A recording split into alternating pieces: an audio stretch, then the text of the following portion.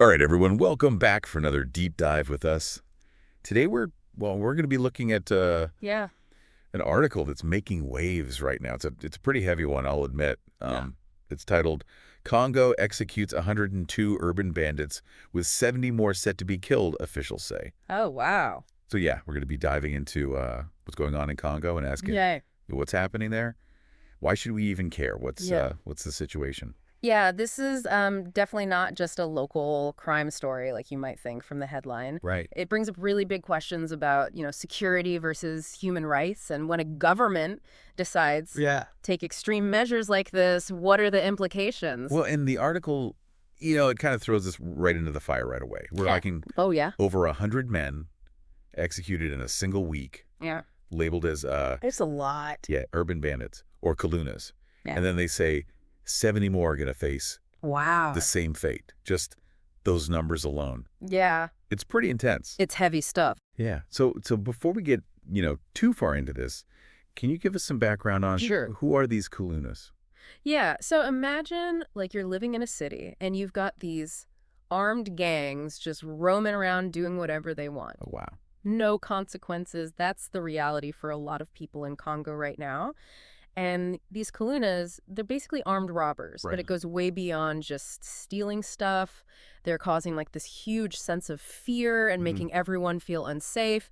It messes up daily life for everyone and just destroys any trust people might have had in the system. That's so interesting. Reading through the article, there was this really stark contrast Yeah, between the opinions of people about these executions. definitely. Like some people like Fiston 𝐂𝐭, who's quoted in the article, they see these executions as, it's terrible, but it has to be done. Finally, they can feel safe. Right. But then you have others like 𝐕𝐴𝐻𝐵𝐻𝐵𝐻𝐻, who's a human rights activist, and they're saying, no, this is a line we shouldn't cross. This is going to lead to more violence and just set a really dangerous precedent. It feels like we're, right at this tipping point of You hit the nail on the head. safety and human rights. Yeah.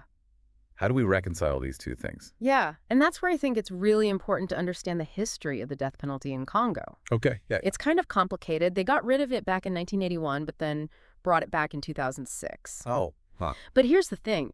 The last time they actually executed someone was way back in 2003. Interesting. And get this, when they brought the death penalty back, it was supposed to be just for the military.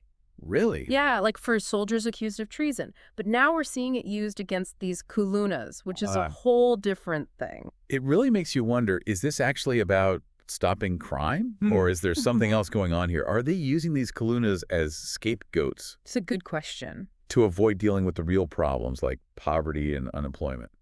I mean, it wouldn't be the first time a government used a tactic like that to distract from other issues that they don't want to or can't address. Exactly. So I guess the question is, Mm-hmm. are these executions actually getting at the root of the problem, or are they just covering it up with Right. this show of force? Yeah. And what about due process? Are these people getting fair trials, or is anyone who's accused of being a 𝐂𝐿uна automatically guilty? That's terrifying. It is a serious concern. And what about the rest of the world? Executing over 100 people in a week? Oh, yeah. That's going to get some attention.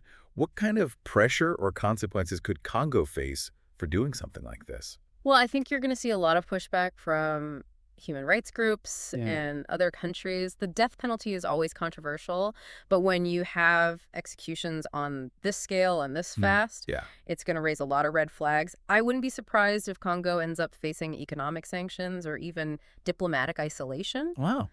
And there could even be investigations into potential human rights violations. So, to sum it all up, we've got mass executions, a deeply divided public, a complicated history with the death penalty, and a whole lot of questions about what the government is really doing and what's going to happen next. This is, It's a lot. it's a lot to think about. I think what's really interesting about this whole situation is that it makes us confront some really tough questions.